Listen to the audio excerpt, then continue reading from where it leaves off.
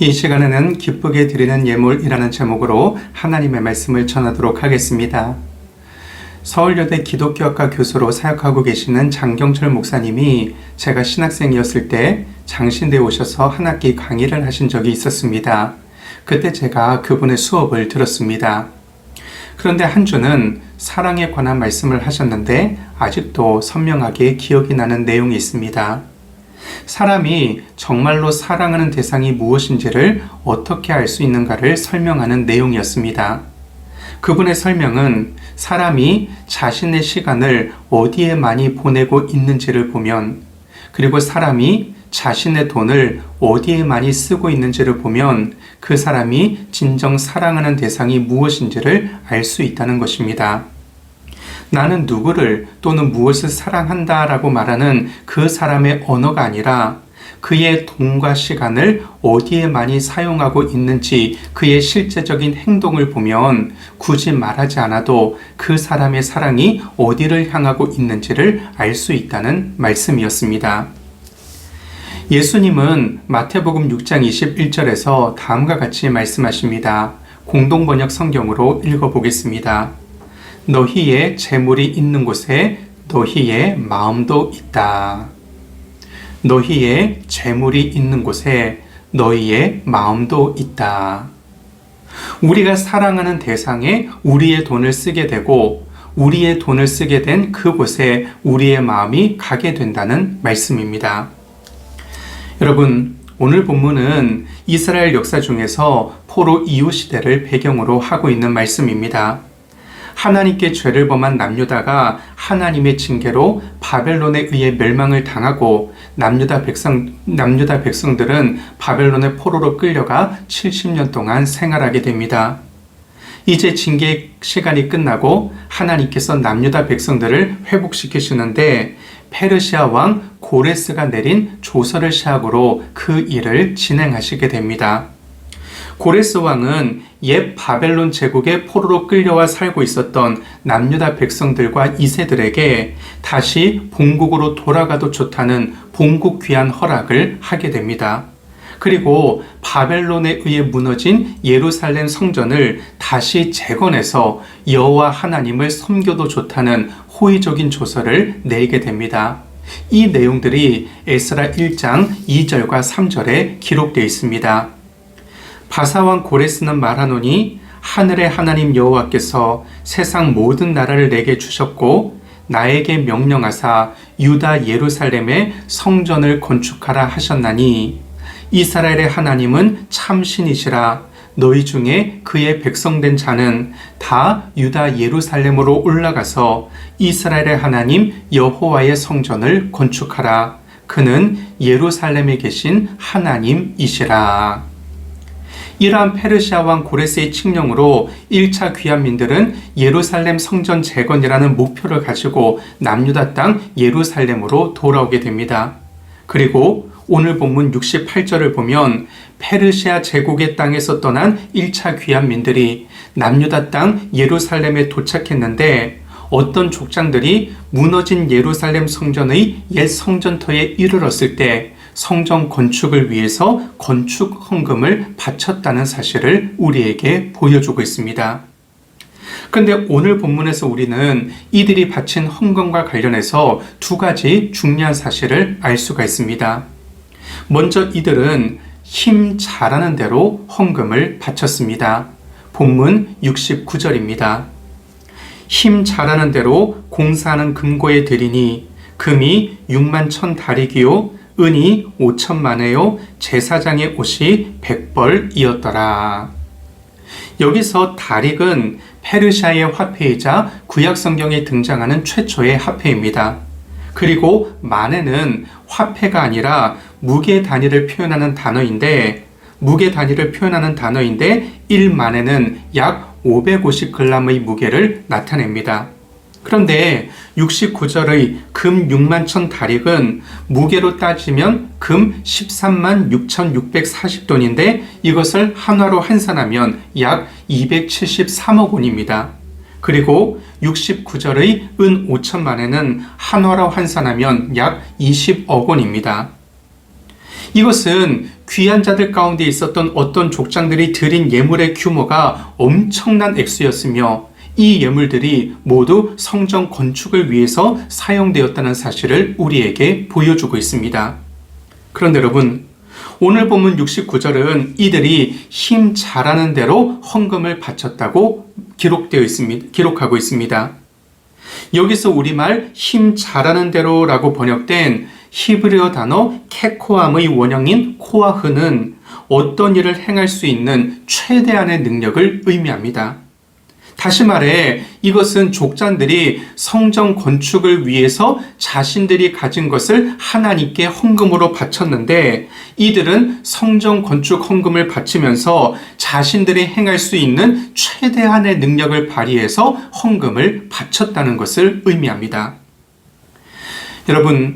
여러분은 여러분의 자녀들이나 손주들이 공부를 할 때 그들이 행할 수 있는 최대한의 능력을 발휘해서 공부하기를 원하고 또 요구하실 것입니다.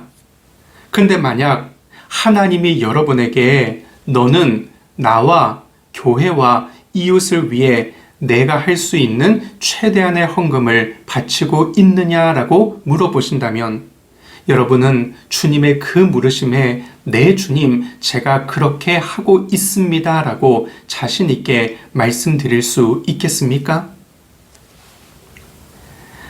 다음으로 이들은 기쁘게 헌금을 바쳤습니다. 본문 68절입니다. 어떤 족장들이 예루살렘에 있는 여호와의 성전터에 이르러 하나님의 전을 그곳에 다시 건축하려고 예물을 기쁘게 드리되. 여기서 예물을 기쁘게 드리되라는 구절은 우리말 성경에서는 세 단어이지만 히브리어 성경 원문에서는 히테나데브라는 한 단어로 표현되어 있습니다. 그리고 이 단어 히테나데브는 예물을 드리다라는 뜻을 가진 나다브라는 동사의 죄기형 동사인데 그 뜻은 그들은 예물을 스스로 드렸다라는 의미입니다. 이것은 포로에서 귀환한 이스라엘의 족장들이 기쁜 마음으로 자원하여 예물을 드렸음을 보여줍니다. 억지로 마지못해 눈치 보여서 내키지 않는데 어쩔 수 없이 예물을 드린 것이 아니라 즐거운 마음으로 본인이 원해서 자발적으로 하나님께 헌금했다는 것을 의미합니다. 사도 바울은 가난한 예루살렘 교회의 성도들을 돕기 위한 구제 헌금을 요청하면서 고린도 교회 성도들에게 헌금에 관하여 아주 중요한 교훈을 말씀하고 있습니다. 고린도후서 9장 7절입니다. 각각 그 마음에 정한 대로 할 것이요 인색함으로나 억지로 하지 말지니 하나님은 즐겨내는 자를 사랑하시느니라.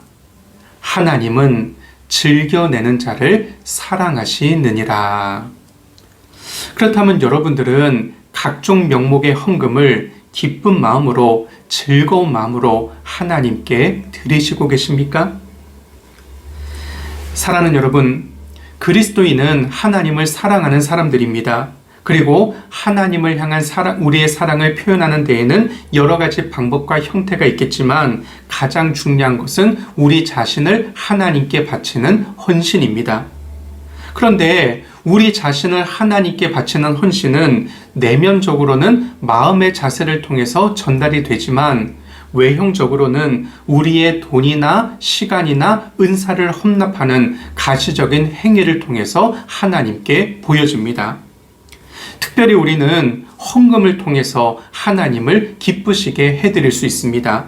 그 이유는 우리의 헌금이 하나님이 우리의 주인이시라는 우리의 믿음을 하나님께 표현하는 행위이기 때문입니다. 여러분, 우리가 가지고 있고 누리고 있고 쓰고 있는 모든 것들이 원래는 하나님의 것이었고 하나님이 주셨기 때문에 우리가 받을 수 있었습니다. 그런데 우리가 하나님께 바치는 헌금이 바로 이러한 우리의 믿음을 하나님께 표현하고 하나님께 보여드리는 모습입니다.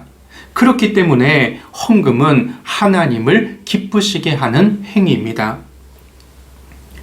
여러분이 잘 아시는 것처럼 사도 바울은 지금의 아시아 지역과 유럽 지역을 돌아다니면서 복음을 전하고 교회를 세웠던 선교사였습니다. 그런데 특별히 빌립보 교회가 사도 바울을 사랑하여 그에게 선교 헌금을 보내서 그를 도와주었습니다. 사도 바울은 빌립보 교회에 편지를 보내면서 이에 대하여 이야기하고 있습니다. 빌립보서 4장 18절 말씀입니다. 내게는 모든 것이 있고 또 풍부한지라 에바브로디도 편에 너희가 준 것을 받음으로 내가 풍족하니 이는 받으실 만한 향기로운 제물이요 하나님을 기쁘시게 한 것이라. 빌립보 교회 성도들은 사도 바울의 선교 사역을 돕고자 그에게 선교 헌금을 보냈습니다. 근데 사도 바울은 그 헌금에 대하여 이는 하나님이 기쁘게 받으실 향기로운 제물이라고 해석하고 있습니다. 한국교회 대표적인 설교가이신 이동원 목사님은 헌금에 관하여 다음과 같은 말씀을 하셨습니다. 한번 귀담아 들어보시기 바랍니다. 헌금은 헌신의 구체적인 증거입니다. 우리의 불규칙한 헌금은 우리의 불규칙한 헌신의 표시입니다. 우리의 희생이 없는 최소의 헌금은 우리의 헌신이 희생을 거부하는 최소의 체면치레에 지나지 않음을 보여줍니다. 헌금 없는 신앙생활은 우리가 헌신 없이 신앙생활을 하겠다는 위선의 증거인 것입니다. 다시 한번 들어보시기 바랍니다. 헌금은 헌신의 구체적인 증거입니다. 우리의 불규칙한 헌금은 우리의 불규칙한 헌신의 표시입니다. 우리의 희생이 없는 최소의 헌금은 우리의 헌신이 희생을 거부하는 최소의 체면치레에 지나지 않음을 보여줍니다. 헌금 없는 신앙생활은 우리가 헌신 없이 신앙생활을 하겠다는 위선의 증거인 것입니다. 사랑하는 베데스다 공동체 회원 여러분, 우리는 중도실명 목회자들을 위해서 기도하고 그들을 물질로 돕고 섬기는 귀한 사역을 감당하고 있습니다. 간절히 바라기는 베데스다 공동체 회원으로서 하나님이 우리에게 맡기신 사역을 감당할 때에 힘 잘하는 대로 기쁘게 헌금하심으로 하나님의 마음을 기쁘시게 해드리는 여러분들 다 되시기를 주님의 이름으로 축원합니다. 다 함께 기도 드리겠습니다. 하나님 아버지, 최선을 다하고 최대한의 능력을 발휘하여 또한 기쁘고 즐거운 마음으로 하나님께 헌금을 바치는 우리의 신앙생활과 일생이 되게 하여 주옵소서. 그래서 우리가 드리는 헌금을 통해 하나님의 마음을 흐뭇하게 해드리며 주님의 몸된 교회들을 든든히 세워가며 지금도 고통받고 신음하는 우리의 이웃들에게 하나님의 복과 은혜를 나누며 살아가는 우리 베데스다 공동체 회원들 다 되게 하여 주옵소서.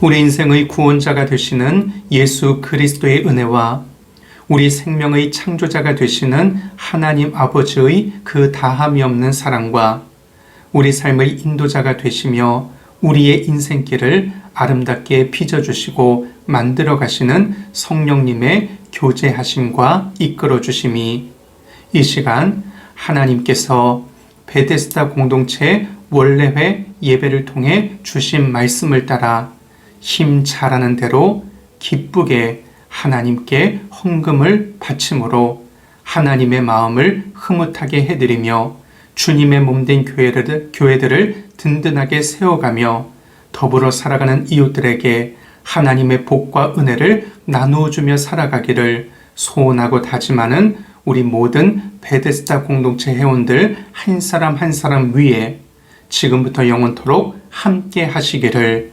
간절히 축원하옵나이다. 아멘.